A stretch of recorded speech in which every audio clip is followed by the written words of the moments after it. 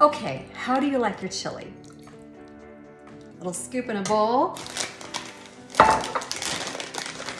I love Fritos in mine. See this little note? This is for my grandson. Do not eat these until it's chili time. I have to leave notes. Anything that's not chained down is fair game.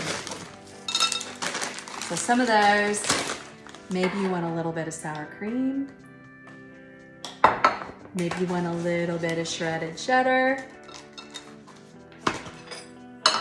Anything goes. This is really good stuff. All right, it's chili night. Let's make chili. I'm making chili. This is my super easy chili that I make on the regular, and I love to make it because it's so flavorful, and you can put it together in no time flat, and like anything chili-ish spaghetti sauce, it's always better the next day. I'm making a single batch. I don't know why. I should make a triple batch. But I have in here an onion that I've chopped, and I've been sauteing it in a bit of olive oil with some salt. Salt helps the onion to release its moisture without burning, and it just kind of makes it a bit soft. And so that's where I'm going to start. And to my chili, I'm going to add a pound of ground turkey. You can use ground beef if you want, or any other ground meat, but I like to use turkey just because it's a bit healthier. And I'm just going to stir that up, and while that's cooking, here come my spices. So I've got chili powder, I've got cumin, and I've got smoked paprika, and I'm going to put those in there and let them kind of all cook away with the turkey. And then I have some garlic that I need to just grate in here, my favorite way to do this. I'm just going to take that garlic right in there.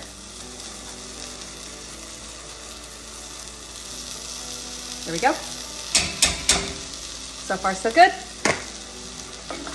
I'm gonna give it a stir.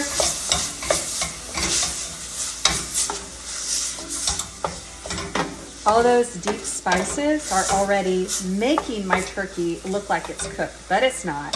So you're gonna need to let it go for a little bit. But this is the perfect opportunity for that turkey, which is kind of flavorless really, to soak in all the spices.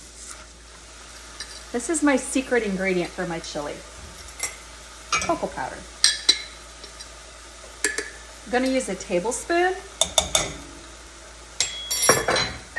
This is definitely not giving it a chocolate taste.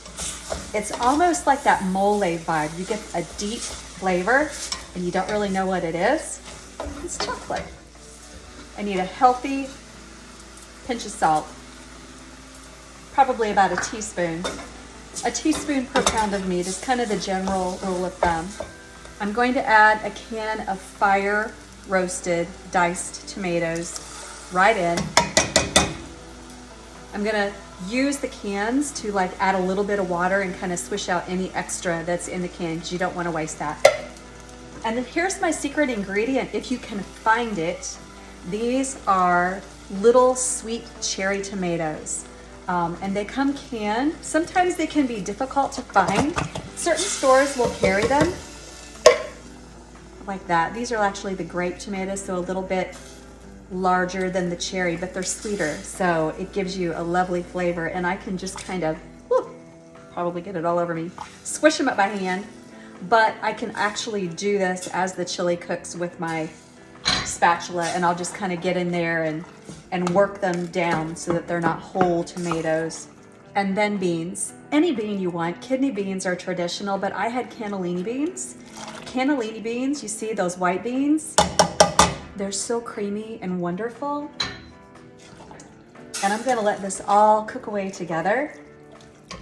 In like 20 minutes, it'll be done. And then just let it bubble and simmer, and you've got really, really good chili to serve just how you want it.